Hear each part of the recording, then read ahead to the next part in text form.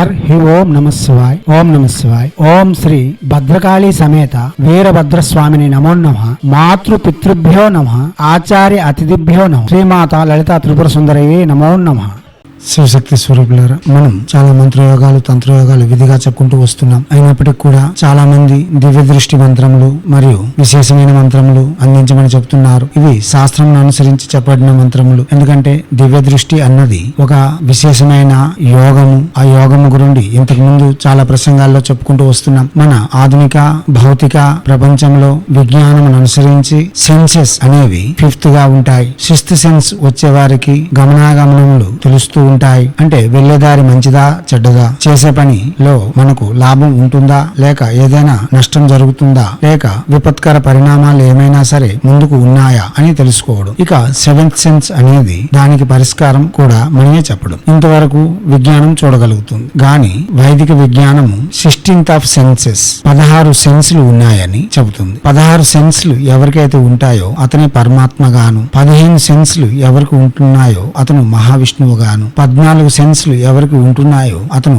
బ్రహ్మగాను చెప్పబడుతూ ఉన్నాయి. ఈ 16 సెన్స్లు ఉన్నది కేవలం త్రినేత్రుడు త్రిశూలధారి అయిన శివునికి మాత్రమే అని వేదము శాస్త్రములు చెబుతున్నాయి. అయితే మనిషి మౌనముతోను విజ్ఞతతోను మరియు అపారమైన సాధనతో ఇవి సిద్ధింప చేసుకోవచ్చు. విస్తృతమైన శివారాధన మరియు హైందవ సనాతన ధర్మంలో వస్తున్న ఆచారాలు ఆచరిస్తూనే అతి సున్నితంగా ఎవరికి తెలియకుండానే జ్ఞానమును పొంది దివ్య దృష్టిని పొందవచ్చు. గాని ఇది విస్తృతంగాను మరియు సమయపాలనతోను ఆచరణతోను కూడి ఉన్నది. ఇది దీర్ఘకాలిక ప్రయోజనము మరియు దీర్ఘకాలిక సాధనము. అయితే మంత్ర సాధనలో కూడా చేయగలం.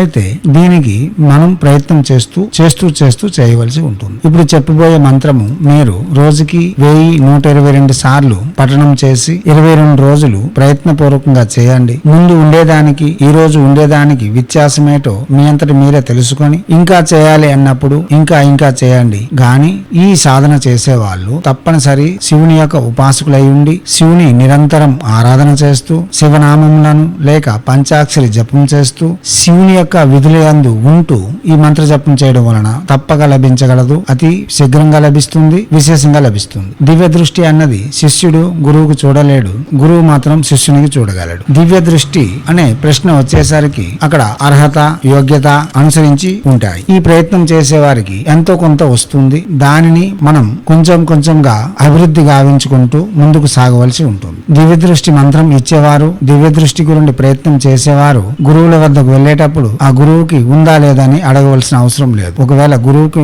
ఉన్నా నీకు చెప్పరు. ఎందుకంటే ఎవరికైతే దివ్యమైన దృష్టి లభిస్తుందో వారు ఆ దివ్య దృష్టితో భగవంతుని ఎతకడం మొదలు పెడతారు. వాళ్ళే సత్యాన్వేషకులు, వారు మోక్షమును పొందుతారు. దివ్యాత్మ స్వరూపులారా, అయితే ఇప్పుడు చెప్పబోయే మంత్రము వస్త్రములు తెలుపు ఎరుపు ముదురు చందనం ఉత్తర తూర్పు అభిముఖంగా కూర్చొని ప్రతిరోజు లేచిన వెంటనే ఒక 2 నిమిషాల నుండి 20 నిమిషాలు మౌనం పాటించి 21 సారి గాని లేక 54 సార్లు గాని దీర్ఘకాలిక ఓంకారం చేస్తూ మనసును ప్రశాంతంగా ఉంచుకొని భౌతికమైన ప్రకృతిబద్ధమైన అన్సీన్స్ అంటే నీలి చిత్రములు ఇటువంటివి చూడకుండా మిత ఆహారము భోజనం చేస్తూ అంటే కొంచెం ఆకలితోనే లెగాలి. కడుపు నిండా తినేయడం టోకరులు తీసుకుని పడుకోవడం వలన దివ్య దృష్టి లభించదు. కొంచెం ఆకలితోనే ఉండాలి. ఇక్కడ ఏంటంటారు అంటే కాక స్నానం, శ్వాన నిద్ర, గార్ధవ భోజనం, బకధ్యానం అని చెప్తాం కదా, అలా ఉండాలి. అంటే నిద్రించేటప్పుడు కుక్క వలె, శ్వాన అంటే కుక్క వలె ఎక్కడైనా ఇంత శబ్దం వస్తే లేచేలా ఉండాలి. బకధ్యానం కొంగ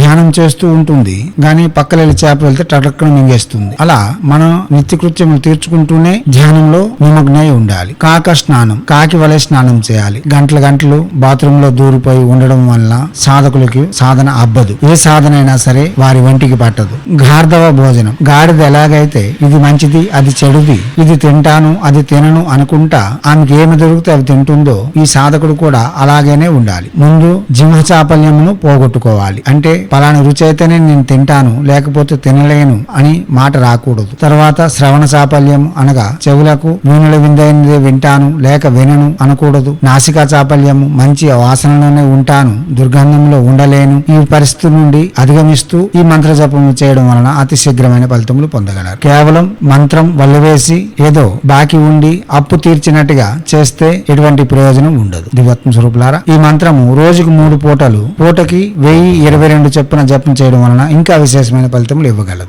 ఈ మంత్రమునకు మంత్ర జపం కంటే ఆచరణ ముఖ్యం కాగా మౌనము, వాదోపవాదములకు దూరం ఉండడం, ఘర్షణ వాతావరణమునకు దూరంగా ఉండడం, మనసుకు మరియు మస్తిష్కమునకు ఒత్తిడి తెచ్చే ఎటువంటి పనులు చేయకుండా శాంతంగా ఉండి ఈ మంత్ర జపం చేయగలిగితే అతి శీఘ్రంగా ఫలితం తప్పక పొందగలరు. దివ్యాత్మ స్వరూపులారా, ఇతర విషయములకు ఇతరమైన విశేష విషయములకు మాతో ప్రత్యక్షంగా సంప్రదించగలరు. దివ్యాత్మ స్వరూపులారా, ఇప్పుడు మంత్రము ఓం నమో రుద్రాయ రుద్ర రూపాయ నమో బహురూపాయ నమో విశ్వరూపాయ నమో విశ్వాత్మనే నమస్తత్పురుష యక్షాయ నమో యక్ష రూపాయ నమో ఏకైస్మై నమో ఏకాయ నమో ఏకరౌరవాయ నమో ఏకయక్షాయ నమో ఏకైక్షణాయ నమో వరదాయ నమః తుద తుద స్వాహ.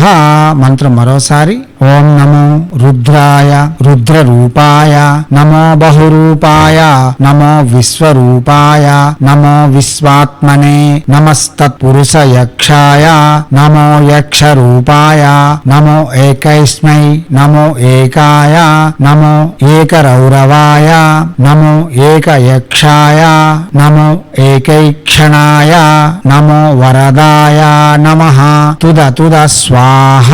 మంత్రం మరోసారి ఓం నమో రుద్రాయ రుద్ర రూపాయ నమో బహురూపాయ నమో విశ్వరూపాయ నమో విశ్వాత్మనే నమస్తత్పురుష యక్షాయ నమో యక్ష రూపాయ నమో ఏకైస్మై నమో ఏకాయ నమో ఏకరౌరవాయ నమో ఏకయక్షాయ నమో ఏకైక్షణాయ నమో వరదాయ నమః తుద తుద స్వాహ.